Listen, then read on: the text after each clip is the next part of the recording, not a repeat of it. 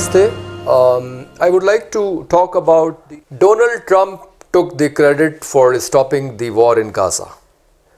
And it is a fact that a lot of people who would have otherwise voted for the Democratic Party did not vote for it because they were fed up with the policies of the American government, the previous one, in Gaza. It has not happened in the past that the United States has so blatantly supported Israel. The previous presidents, have made attempts to arrive at truce. They have held dialogues between the Palestinian and the Israeli leaders in the Scandinavian countries, in United States, the Camp David agreements, Oslo agreements. They have taken place in the past with the American mediation. But this was the first American administration under President Biden which was openly supporting Israel. It was stonewalling resolutions in Security Council and General Assembly against Israel.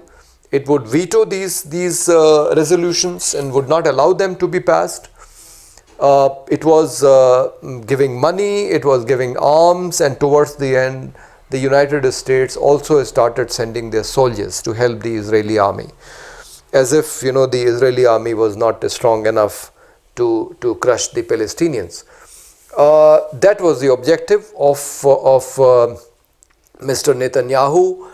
When the 7th October 2023 attack took place, Netanyahu must have thought that it would be a matter of months, if not weeks, when they would decisively crush the Hamas and achieve their objective. But it must be the credit must be given to Hamas, the manner in which they have held out, and in the ultimate analysis, you see what is happening.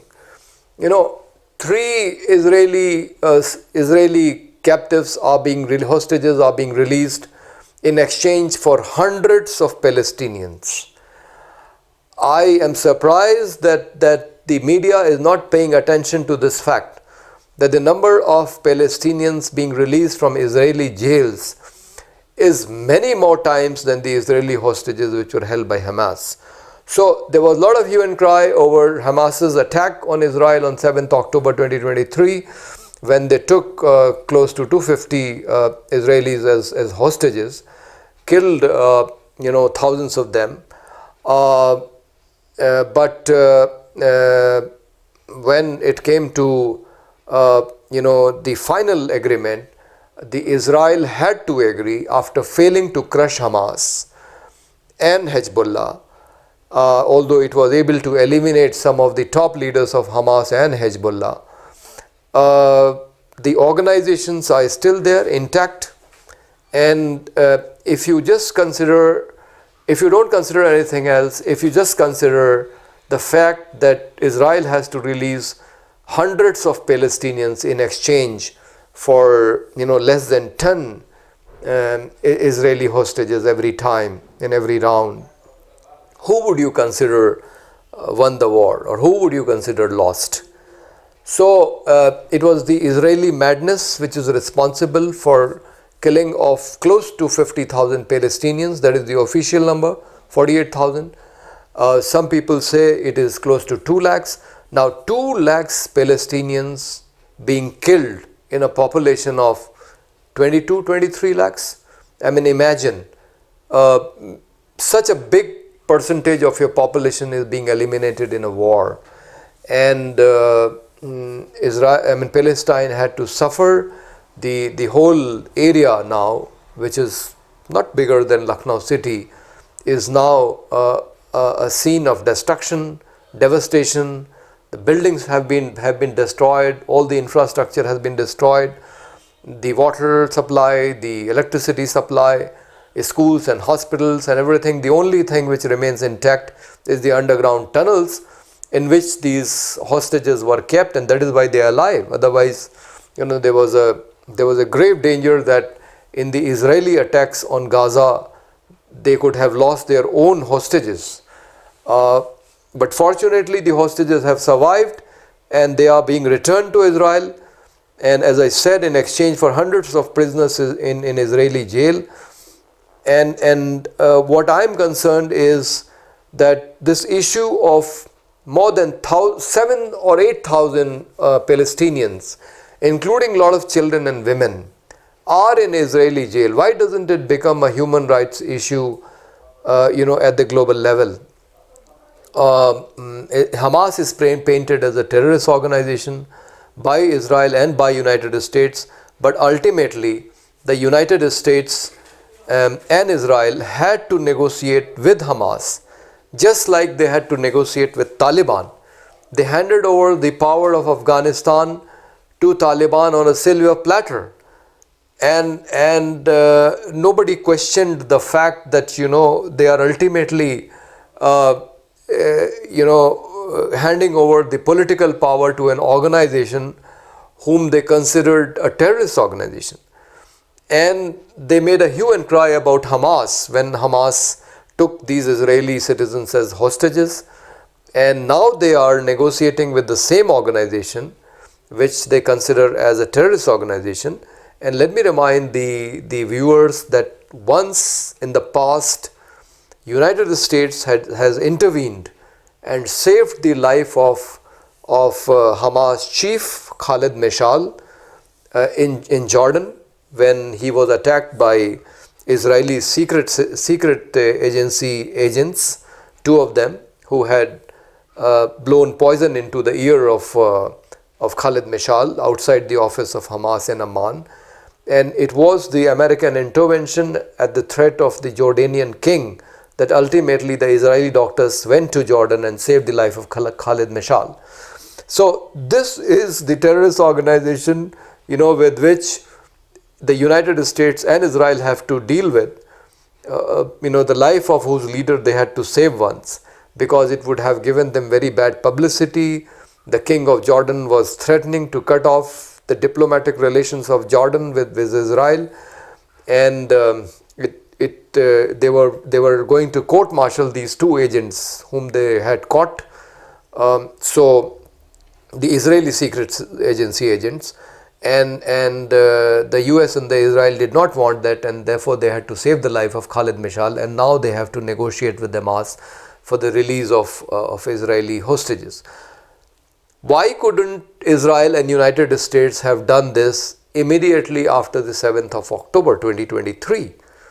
Imagine, it could have saved so many lives, it could have saved so much destruction, and energies would have been spent in trying to find a sustainable solution to the problem of Israel and Palestine. It is a fact that Palestinians were there before Israel, was created in 1947 by the UN resolution.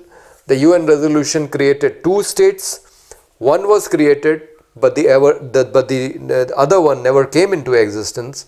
And therefore, it is high time that the United States, according to its resolution of 1947, should insist that Palestine should come into existence as a nation.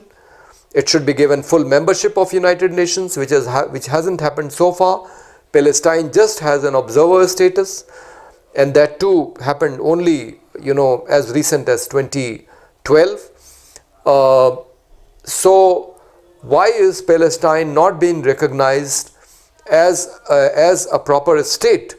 Or some of the countries recognize it, like India has a diplomatic relationship with Palestine, but there are some countries which don't recognize Palestine, and therefore it is time that Palestine should be recognized as a nation, and all the Palestinians who have been pushed out of Palestine, starting with the 7 lakh at the time of Nakba, to the most recent war in which lakhs of Palestinians have fled to the neighboring countries. Just imagine, there are relief camps which were set up in 1947 for Palestinian refugees in Damascus and in Amman and in Egypt, which are still running. Obviously, the people who left Palestine at that time are probably not alive, but their children and grandchildren still continue to live in those relief camps. There's a relief camp inside Palestine, in West Bank. Why are Palestinians being forced to live in relief camps when they have a land which they call their own? Why doesn't the world, the United Nations, help them have their own nation where they can live peacefully? And Israel must learn to live peacefully with Palestine. The way it has behaved in the recent war, it was nothing short of a war crime. The South Africa took Israel to the International Court of Justice. There was condemnation. Israel was told to stop this.